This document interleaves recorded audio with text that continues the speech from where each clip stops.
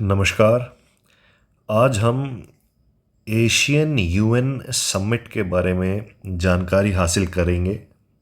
थोड़ी लंबी वीडियो है, मगर मैं आशा करूंगा कि काफ़ी कुछ चीज़ें सीखने को मिलेंगी। 11 अक्टूबर 2024 को 14th एशियन यूएन समिट हुई वियंतियन लाओ में। वियंतियन जो कि लाओ में है, चेयर्ड बाय मिस्टर सोनेक्से सिफेनडोन, जो कि उनके प्राइम मिनिस्टर हैं। तो इसके बारे में सबसे पहले तो मैं आपको ये बता दूं एशियन यूएन समिट क्या है, और उसके बाद ये जो 14th एशियन यूएन समिट है इसके अंदर क्या क्या बातें हुई और किस किस चीज़ों के ऊपर ध्यान, मतलब किस चीज़ों के ऊपर कोऑर्डिनेशन हुआ, और ऑफिशियल जो मिनट्स हैं या जो ऑफिशियल जो जानकारी है उसमें उन्होंने क्या क्या बताने की कोशिश की है कि हम किस किस चीज़ों पे काम कर रहे हैं। तो सबसे पहले तो एशियन यूएन समिट जो है एक इम्पॉर्टेंट फोरम है that brings together leaders from कहाँ कहाँ से, एशियन, जो कि जिसकी फुल फॉर्म है association of south east Asian Nations and the United Nations. तो इन दोनों के जो लीडर्स हैं उनको साथ में लेके आना, साथ बैठाना, सबसे पहली बात तो it is part of broader Asian UN cooperation which covers various sectors including peace and security। कौन कौन से sectors? Peace and security, sustainable development and regional integration. This summit usually focuses on enhancing collaboration between Asian members, states, जो Asian members के अंदर जो states हैं वो, and the UN, addressing global challenges like climate change, sustainable development goals, and regional issues. It also deals with disaster management, human rights, and fostering socio-economic development. तो ये सारे point लगभग आपको हर जगह मिलेंगे, आप कुछ भी पढ़ें, एशियन वेशियन जो भी जितने भी दुनिया भर की ऑर्गेनाइजेशन बनी हुई हैं उसमें ज़्यादातर मोटे मोटे आपको यही पॉइंट्स मिलेंगे, क्योंकि ये ग्लोबल चैलेंजेस हैं, प्रॉब्लम्स हैं जो कि हमारे टाइम में है हमारे सामने, और उसके ऊपर कोशिश की जाती है अलग अलग प्रकार से ऑर्गेनाइजेशंस बना के अलग अलग तरीके से उनको सॉल्व करने की, ग्लोबल लेवल पे, रीजनल लेवल पे, आपके बायलैटरल रिलेशन के लेवल पे कई प्रकार के ऑर्गेनाइजेशन बना के इनको किया जाता है, कोशिश की जाती है। की areas of cooperation during Asian UN summit often includes, जो मुख्य एरियाज हैं, की areas of cooperation during such summits, जैसे एशिया यूएन जो समिट है इसमें जो कोऑपरेशन के मुख्य एरियाज हैं वो क्या रहते हैं ज़्यादातर? पॉलिटिकल एंड सिक्योरिटी कोऑपरेशन, जो कि एड्रेस करता है regional conflicts and peace keeping.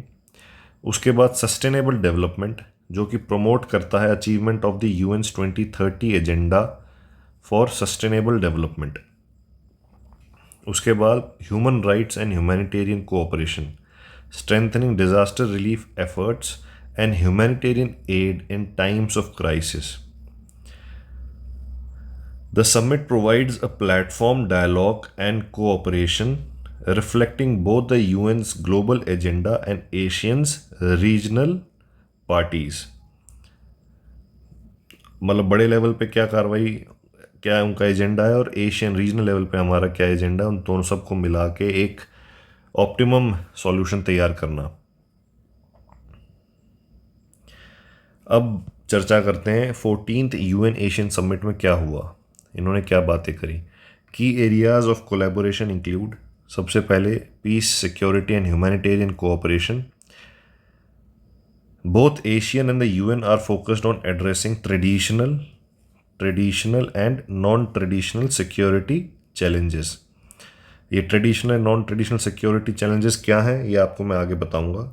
मोटा मोटा आप जानकारी रख लें। ट्रेडिशनल जैसे कि आपका पाकिस्तान और इंडिया का कॉन्फ्लिक्ट हो गया, नॉन ट्रेडिशनल जैसे कुछ साइबर रिलेटेड क्राइम्स हो गए, डिज़ास्टर हो गया, जो कि ट्रेड वॉरफेयर वाला, जिसमें आपस में लड़ाई नहीं हो रही है, जहाँ पे आपस में एक दूसरे की सेना जो है वेपन्स का इस्तेमाल नहीं हो रहा है, वो नॉन ट्रेडिशनल सिक्योरिटी चैलेंजेस हो गया।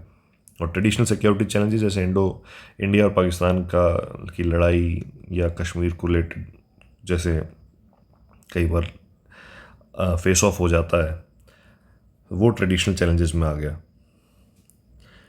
Prevent and counter violent extremism plan. Okay, तो इनिशिएटिव्स ये किस तरह, तो ये इन्होंने सबसे पहला जो कोलैबोरेशन है वो किस चीज़ में है? शांति, peace, security and humanitarian cooperation.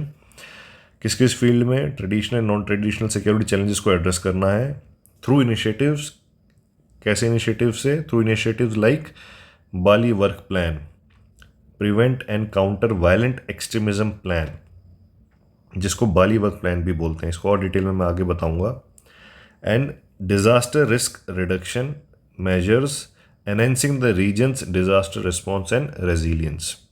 Disaster को, जो भी डिज़ास्टर होते हैं उनको, उनके रिस्क को घटाने की कोशिश करना, उनके मेजर्स तैयार करना। And enhancing the region's disaster response, इस रीजन का डिज़ास्टर का रिस्पॉन्स क्या रहेगा और उसके प्रति रेजिलियंस तैयार करना। जैसे आप अगर किसी चीज़ के लिए तैयार होते हैं, मान लीजिए कल आपका एग्ज़ाम होने वाला है या इंटरव्यू है, आपने आज बैठ के 40-50 क्वेश्चन अपने अपने अपनी तरफ से अप्रिशिएट कर लिया कि आप जाएंगे, आपसे ये इस प्रकार के क्वेश्चंस आपसे पूछे जा सकते हैं, इस प्रकार से आपको कोशिश की जा सकती है पता लगाने के लिए आप कितना जानते हो या क्या आपका इंटेलेक्ट लेवल है।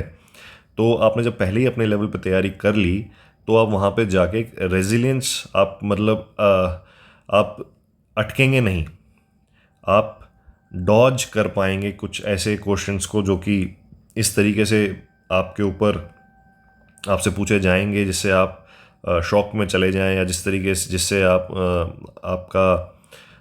कंफ्यूज हो जाएं।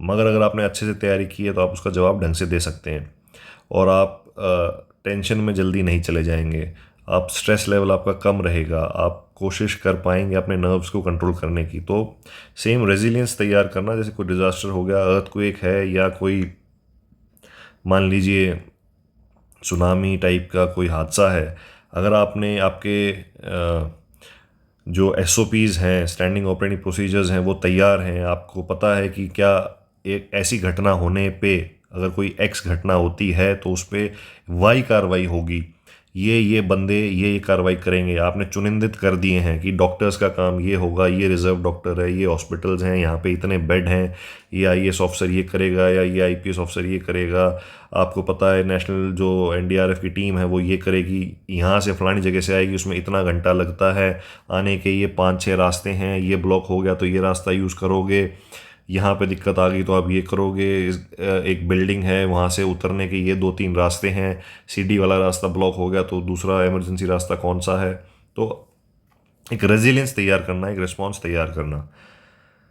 लेबर एंड माइग्रेशन, अच्छा दूसरा जो है फोकस है वो किस चीज़ पे? Labour and migration. Asian in partnership with ILO, IOM and UN Women, ये अपना लेबर के संबंधित ऑर्गेनाइजेशन है और ये माइग्रेशन से रिलेटेड ऑर्गेनाइजेशन है और ये वुमेन से रिलेटेड ऑर्गेनाइजेशन है। Is working to protect the right of workers specially migrant workers with policies on social protection, fair recruitment and skill development. Collaboration also extends to supporting child migrants and strengthening governance in labor migration through initiatives like the Asian Migration Outlook। तो इस प्रकार के initiative से आप ये कार्रवाई करने की कोशिश कर रहे हैं।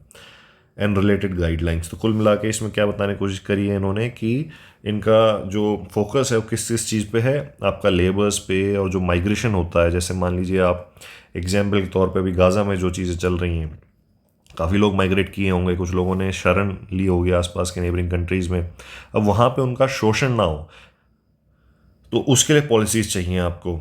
लेबर्स नॉर्मल तौर पे भी लेबर्स के रिलेटेड, सोशल जस्टिस के रिलेटेड आपकी पॉलिसीज़ होनी चाहिए। ऐसा नहीं होना चाहिए कि आप काम उनसे 20-20 घंटे करा रहे हैं, बहुत ही पथेटिक कंडीशन में आप रख रहे हैं, लाइट नहीं है, हवा नहीं है, पंखा नहीं है, जहरीली गैसेस के बीच में काम कर रहे हैं, मेडिकल इंश्योरेंस नहीं है। तो ये सब पॉलिसीज़ बनाना और यूएन वुमेन, ये वुमेन के रिलेटेड कि उनके साथ कोई एक्सप्लोटेशन ना हो, उनका काम करने का किस तरीके के तहत वो काम करेंगी, उनको क्या सेफ्टी मिलना चाहिए, क्या मेडिकल मिलना चाहिए, किस प्रकार के आप जॉब्स में एम्प्लॉय कर सकते हैं। तो ये इस तरीके की पॉलिसीज़ और गाइडलाइंस तैयार करना, इस पे भी काम करते हैं। तो दूसरा हो गया आपका लेबर एंड माइग्रेशन से संबंधित।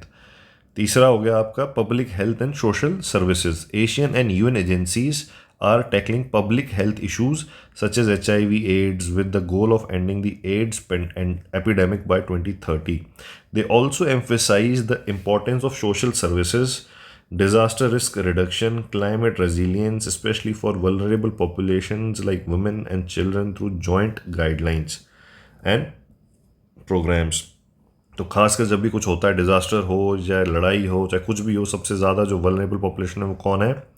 वुमेन, चिल्ड्रन या बूढ़े लोग। इन्हीं के साथ सबसे ज़्यादा शोषण होता है। औरतों के साथ उनको ट्रैफिकिंग हो जाती है, वुमेन ट्रैफिकिंग होती है, उनको गलत धंधों में लगा दिया जाता है, उनको उनके साथ रेप्स हो सकते हैं आप, और बहुत सी चीज़ें हो सकती है। बच्चों के साथ शोषण हो सकता है, कई लोगों को बहुत तरीके के कार्टेल चल रहे हैं। तो उसमें मैं नहीं जाना चाहूँगा अभी, बट मैं आपको ये बता रहा हूँ कि मोटा मोटा ये इसमें जो कार्रवाई करने की कोशिश कर रहे हैं। अच्छा, तो इनका मेन फोकस इसमें क्या है? Public health and social services में जैसे एड्स हो गया। अब जैसे आप अपने नॉर्थ ईस्ट में आप जाके देखेंगे, नॉर्थ ईस्ट में एड्स बहुत ज़्यादा फैलता है, बहुत ज़्यादा है, तादाद ज़्यादा है। कुछ ऐसे इलाके हैं जहाँ पे जागरूकता नहीं है ज़्यादा, तो वहाँ पे एड्स की फैलने की संभावनाएं ज़्यादा हैं। जहाँ पे पॉलीगैमी की सिचुएशन ज़्यादा हैं और लोग जागरूक नहीं हैं, तो एक से ज़्यादा सेक्सुअल पार्टनर्स रखते हैं और उनको नॉलेज भी नहीं है कि कहाँ पे क्या सेक्सुअल जो एजुकेशन है वो लिमिटेड है। उस कारण से ऐसी डिजीज़ होती हैं। और भी बहुत सी डिजीज़ हैं, सिर्फ एड्स ही नहीं, और काफ़ी प्रकार की डिजीज़ हैं जो कि फैलती हैं। तो उनके ऊपर फोकस करना, कुछ गाइडलाइंस पॉलिसीज़ बनाना जिससे कि ऐसी डिजीज़ के खिलाफ कार्रवाई की जा सके। There after food security and nutrition, जैसे cooperation with FAO, UNICEF and WFP targets ending malnutrition by 2030, strengthening food security, promoting sustainable agricultural practices such as climate smart agriculture, carbon neutral farming strategies in the region। तो ये जो मैंने points underline किए हुए हैं, ये आपको मैं बाद में इकट्ठा एक के बाद एक समझाऊंगा, अभी बीच में इसमें नहीं बताना चाहता। ये आपको लगभग 24-25 जो पॉइंट्स हैं ये मैंने लास्ट में ऐड किए हैं ताकि आपको एक के बाद एक उनको समझा सकूं ये क्या है। आप में से कई लोगों को ये चीज़ें पता होंगी, कईयों को नहीं पता होगी। जिनको नहीं पता है वो इस वीडियो को थोड़ा आखिर तक देखें, वहाँ पे मैंने समझाने की कोशिश की है। Education and youth development, UNESCO and UNICEF support Asian's education goal through early childhood care and higher education initiatives. बचपन से ही मतलब आप इंटरफेयर करें और बचपन से ही बच्चे को जो एक प्रॉपर केयर मिलनी चाहिए वो देना, और हायर एजुकेशन के initiatives. Programmes like South east Asia primary learning matrix CPLM emphasize evidence-based policies, while regional forums address youth skills, employability and online protection। तो इसमें मत जाओ, इसके वर्डिंग्स में कुल मिला के आप इतना समझें कि यूनेस्को और यूनिसेफ जैसी जो ऑर्गेनाइजेशंस हैं उनके साथ मिलकर एशियन काम कर रहा है। क्या देने के लिए? मोटा मोटा एम क्या है? एजुकेशन देनी है। एजुकेशन कैसे देनी है? आपको बेसिक लेवल से शुरुआत करनी पड़ेगी, बच्चे से लेना पड़ेगा, क्योंकि एक बार अगर बच्चा ज़्यादा एक एज क्रॉस कर ली उसके बाद उसको पढ़ाना थोड़ा सा मुश्किल हो जाता है। यंग एज में ही आइडेंटिफाई करें, यंग पॉपुलेशन को ही आइडेंटिफाई करें। आपकी पॉलिसीज़ तैयार करनी है, आपने इनिशिएटिव्स तैयार करने हैं जिससे कि आप एड्रेस कर सकते हैं पॉपुलेशन को। बच्चे को कैसे पढ़ाना है, क्या करना है, कैसे उनको कोशिश करना है कि कोई लेबर है, जैसे मान लो लेबर का बच्चा है, उसको कैसे आपने कोशिश करना है। वो गरीब है ऑलरेडी, वो बच्चे अपने काम पे लगा देते हैं, वो सोचते हैं कि भाई कुछ दिहाड़ी कमा के लेके आएगा, 500 रुपये एक दिन में जाके पढ़ाई करके वेस्ट करेगा, इससे अच्छा 500 रुपये कहीं से कमा के लेके आएगा। तो उन जैसे गरीब के परिवारों के बच्चों को कैसे स्कूल में लेके आना है, उनको आप मिड डे मील दे के लेके आ सकते हो, कुछ और इनिशिएटिव्स तैयार कर सकते हो। तो इस तरीके के जो पॉपुलेशन है उनको कैसे एड्रेस करना है वो आपका एक इसका हिस्सा है। Thereafter climate action sustainable development. Climate action sustainable development ये आपने काफ़ी बार सुना होगा। Asian remains committed to addressing climate change and biodiversity loss. ये आजकल हर जगह कोशिश की जा रही है अगर हमें सर्वाइव करना है एज ह्यूमन पॉपुलेशन, तो ये बहुत इंपॉर्टेंट है। Collaborating with UN agencies on policies and programmes to promote climate resilience, reduce pollution and achieve the Paris agreement goal. ये आपने काफ़ी बार सुन लिया होगा पेरिस एग्रीमेंट गोल, जो कि 1.5 डिग्री सेल्सियस का आपको कोशिश करना है, वैसे 2 से नीचे रखने की कोशिश करनी है और ऑप्टिमम है 1.5 तक पहुंच जाए तो, जो ग्लोबल वार्मिंग है। This include joint efforts for sustainable land management, disaster management and agriculture's role in food security. Economic competitiveness and FDI. इसमें क्या है, एफडीआई बाहर से विदेश का जो पैसा है वो आए, उसको यूटिलाइज़ करें, उसको यूटिलाइज़ करके इंडस्ट्रीज लगा सकते हैं आप, और बाकी कार्रवाई की जा सकती है जिससे कि इकोनॉमिक ग्रोथ हो कहाँ पे, जहाँ पे डेवलपिंग कंट्रीज़ है, जहाँ पे ज़्यादा डेवलपमेंट नहीं हुई है। तो Asian seeks to attract FDI that aligns with sustainable development goal, जो कि अलाइन करती है अपने आप को सस्टेनेबल डेवलपमेंट गोल्स के साथ, particularly in sectors crucial for the region's green transition and post pandemic recovery। Covid के बाद जो रिकवरी है उस पे फोकस हो खास तौर पे, और ग्रीन ट्रांजिशन पे फोकस हो। Cultural, creative and tourism industries। Asian UN collaboration is advancing the cultural and creative economy, safeguarding traditional sports and promoting sustainable tourism through strategic partnerships, especially between Asian and UN World Tourism। तो इस sustainable tourism से आप क्या समझते हैं? जहाँ तक मुझे समझ में आता है, सस्टेनेबल टूरिज्म का मतलब है, जैसे कि एग्जाम्पल के तौर पे अब लेह हो गया या हिमाचल हो गया, जो इको सेंसिटिव इलाके हैं, उत्तराखंड हो गया। अब यहाँ पे आप टूरिज़्म का बढ़ावा तो है, बट अनचेक टूरिज़्म क्या करता है, वहाँ पे आप जाते हैं प्लास्टिक के रैपर्स दुनिया भर के फेंक देते हैं। आप लेह में आज जाके देखिए, जो कि एक तौर पे एक टाइम पे एकदम साफ़ सुथरी जगह थी, आज भी साफ़ सुथरी है, काफ़ी खुले इलाके हैं, बेटर है, बट आप जाके देखेंगे तो प्लास्टिक के रैपर्स आपको ऐसी ऐसी चोटियों पे मिलेंगे जहाँ पे इंसान भी नहीं जाता है। वहाँ पे कोई गया, घूमने फिरने गया, वहाँ पे उन्हें फेंक दिया। तो इस तरीके से हम पॉल्यूशन बढ़ाते हैं और इको सेंसिटिव इलाकों को भी ख़त्म करते हैं। अब अगर टूरिज़्म बढ़ेगा, अनचेक टूरिज़्म बढ़ेगा, मान लो अब रोड्स और कुछ भी बनाए जा रहे हैं, तो वहाँ का जो इकोसिस्टम है वो क्या उस चीज़ को सर्वाइव कर पाएगा, क्या उस चीज़ को सहन कर पाएगा, उस चीज़ के बारे में भी ध्यान देना है। Through strategic partnership, specially between, ये आप समझ लिया होगा, यूएन वर्ल्ड टूरिज्म ऑर्गेनाइजेशन ये है जो कि टूरिज्म से रिलेटेड चीज़ों को देखती है। Gender mainstreaming and women's empowerment. Asian supported by UN Women and UNFPA is advancing gender equality, focusing on strengthening the care economy, empowering women and fostering resilience in the post 2025 Asian community. तो इसमें again अंग्रेजी पर ना जाए, main कुल मिला के ये आपको याद रखना है, gender mainstreaming and women's empowerment. कुल मिला के लेडीज़, वुमेन, जो आपके लड़कियां, औरतें, जो उनको कैसे एम्पावर किया जा सके, उनको कैसे मेन स्ट्रीम में लेके आया जा सके, उसके बारे में जो कार्रवाई करनी है वो इसके अंडर है। इस टॉपिक के इस हेडिंग के अंदर आएगा, उसके रिलेटेड सारी कार्रवाई इसमें आएगी। ठीक है, तो gender mainstreaming and women's empowerment, इसमें आप एक जेंडर न्यूट्रलिटी भी एक फोकस इसमें हो सकता है। जेंडर बायस को हटाना भी इसमें एक फोकस एरिया हो सकता है। Thereafter urbanisation and infrastructure.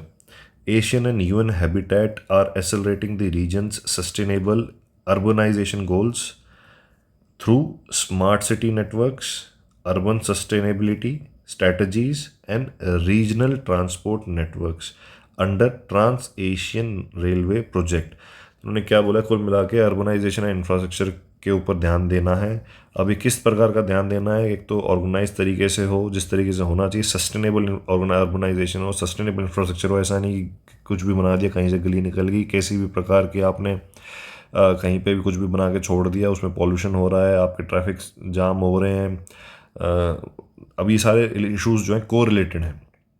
अगर एक सिस्टम, एक सिटी ऑर्गेनाइज तरीके से बनाई गई है, जिसमें नेटवर्क, जिसमें ट्रेन का जो आपका पब्लिक ट्रांसपोर्ट का सिस्टम ढंग से बनाया जा सकता है, जिसमें तो उसमें पॉल्यूशन अपने आप रिड्यूस हो जाएगा, क्योंकि आपने वो ट्रैफिक जैम्स नहीं लगेंगे, आपको पब्लिक ट्रांसपोर्ट का इस्तेमाल आप ढंग से कर सकते हैं। आपके वो इस तरीके से प्लान होगा कि आपको कम से कम अपने से दूर जाना पड़े। स्कूल्स, हॉस्पिटल ये सब आसपास हैं आपके, और बिल्डिंग्स इस तरीके से बनाई गई हैं कि वो नेट ज़ीरो एमिशन के तौर को ध्यान में रखते हुए बनाई गई हैं, या डिज़ास्टर रेजिलेंट हैं।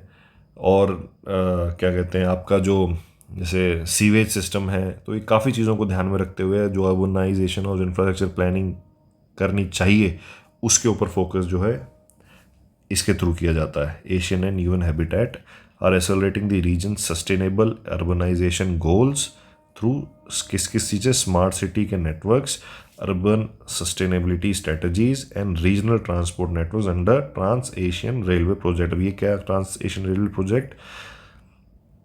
कनेक्ट करना एक देश को दूसरे देश से, और आपका ऑप्टिमम यूटिलाइजेशन करना रिसोर्सेज का। Digital innovation and media literacy. Asian and UN are exploring future collaborations to promote digital innovation, combat disinformation, and improve media and digital literacy in the age of rapid technological change. Energy transition. Asian is committed to green energy transition through cooperation with UN agencies promoting renewable energy efficiency, and the development of the Asian power grid.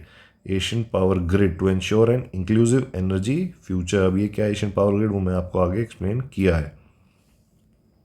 ये सारी terminologies अभी आएंगी।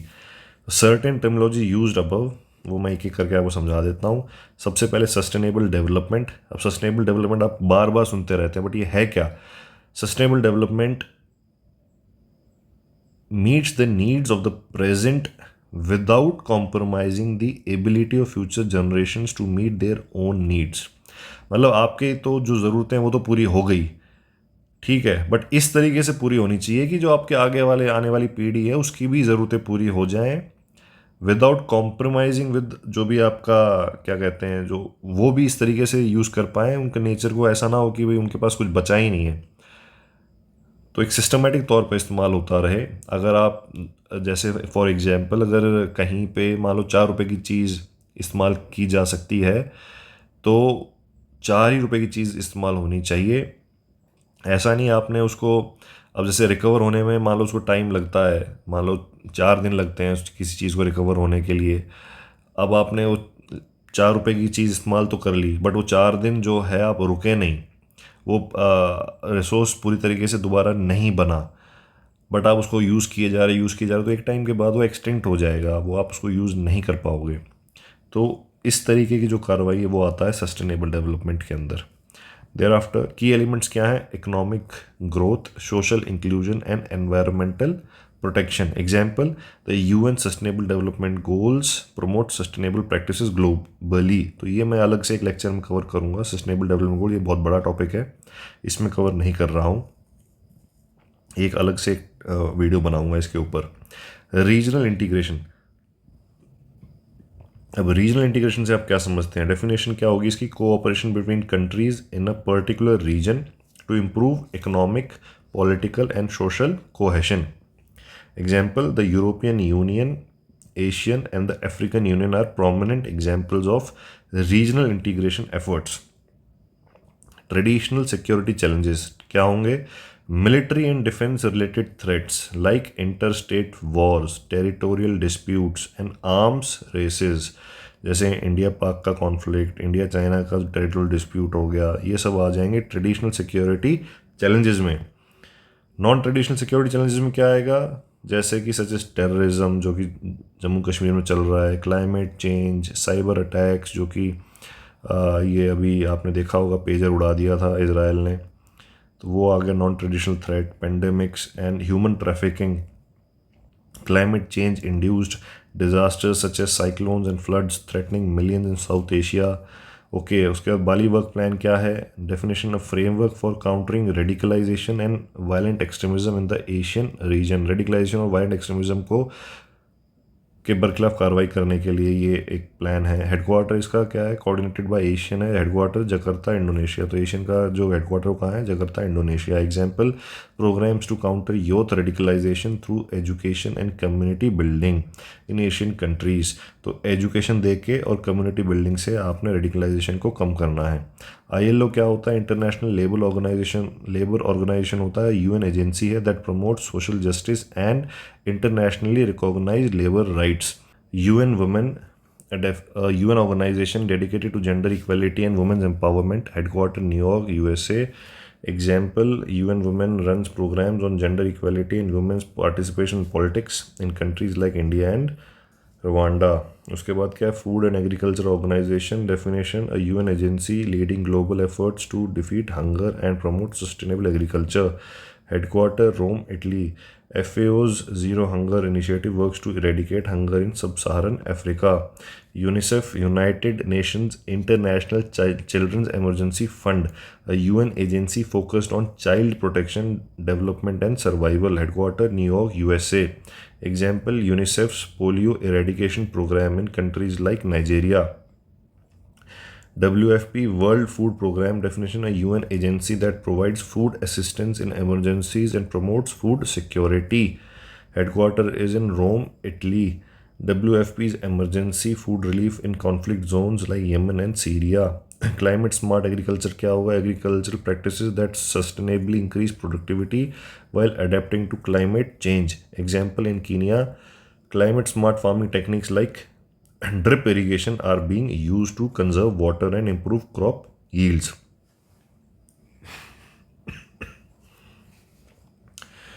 Thereafter, carbon neutral farming practices that balance carbon emissions with carbon sequestration, achieving net zero carbon emissions. Carbon neutral farming में क्या है, कुल मिला के आपको नेट ज़ीरो एमिशन पे लेके आना है। ये एक अपने आप में टॉपिक है, इसको मैं और डिटेल में कवर करूँगा अलग से एक वीडियो में। ये आपका कार्बन सिक्वेस्ट्रेशन कैसे होता है इसके बारे में मैं आपको डिटेल में बताऊँगा। कुल मिला के मैं मोटा मोटा बता देता हूँ। जैसे फॉर एग्जांपल, एक आर्टिकल आया था जिसमें एक प्रकार के मिट्टी के बारे में बातचीत हुई थी कि वो मिट्टी जो है जिसके अंदर जो कि इरोड नहीं हुई है, जिसके अंदर क्वालिटी है अभी भी फर्टाइल है, वो कार्बन को एब्जॉर्ब करती है। तो मिट्टी कौन सी है, क्या है, किस प्रकार की, कैसे ये होता है, वो मैं आपको डिटेल में अलग इसका नेक्स्ट अलग से एक वीडियो बनाऊंगा, उसमें बताऊंगा। इसका एग्जाम्पल हो गया reforestation and agro foresting projects in Brazil aim to reduce agricultural carbon footprints.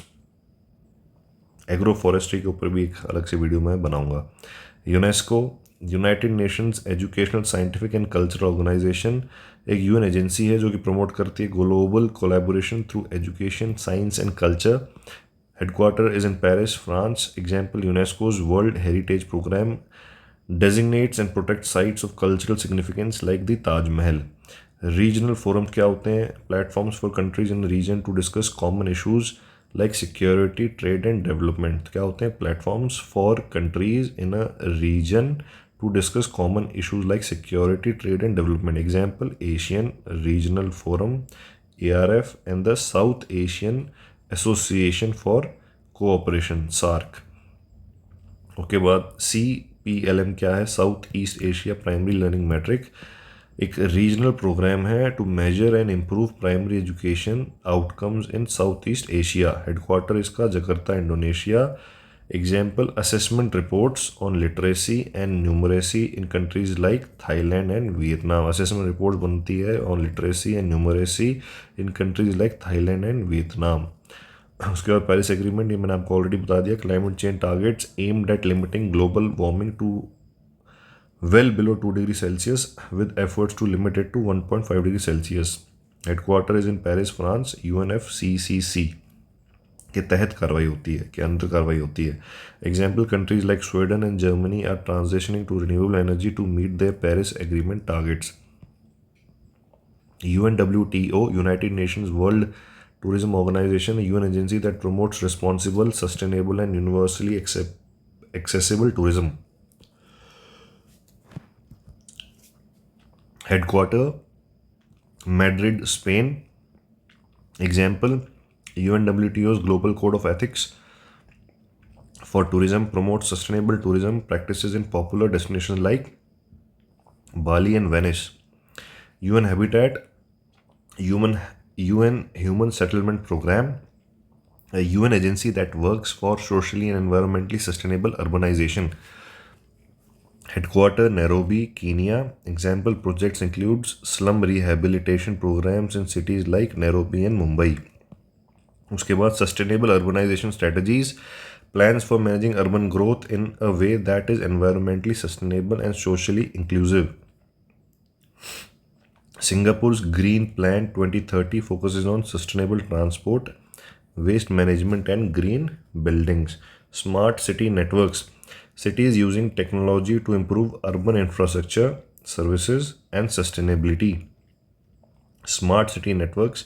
Cities using technology to improve urban infrastructure, services, and sustainability. Example, Barcelona's use of smart grids, electric vehicles, and data-driven management of public services is a leading example. Trans-Asian Railway Projects, a project under the UN Economic and Social Commission for Asia and the Pacific, UNESCAP, to build a freight railway network across Asia. Headquarter Bangkok, Thailand. Example क्या हो गया इसका? The Northern Corridor links China and Europe, providing a key trade route across Eurasia. Thereafter green energy transition. तो green energy क्या हो गई? The shift from fossil fuel to renewable energy sources like solar, wind and hydropower. Denmark aims to meet 100% of its energy needs from renewable sources by 2050. Asian Power Grid, a regional initiative to integrate electricity grids across Asian countries to enhance energy security and promote renewable energy. Headquarter Jakarta, Indonesia. Asian secretariat है वहाँ पे. Laos exports hydroelectric power to neighboring countries like Thailand under the Asian Power Grid initiative. I hope आपको कुछ समझ में आया होगा और कुछ नई जानकारियाँ मिली होंगी. मैं ऐसे ही अलग अलग टॉपिक्स के साथ आपसे मिलता रहूँगा. Till then, thank you. Keep watching. Happy learning.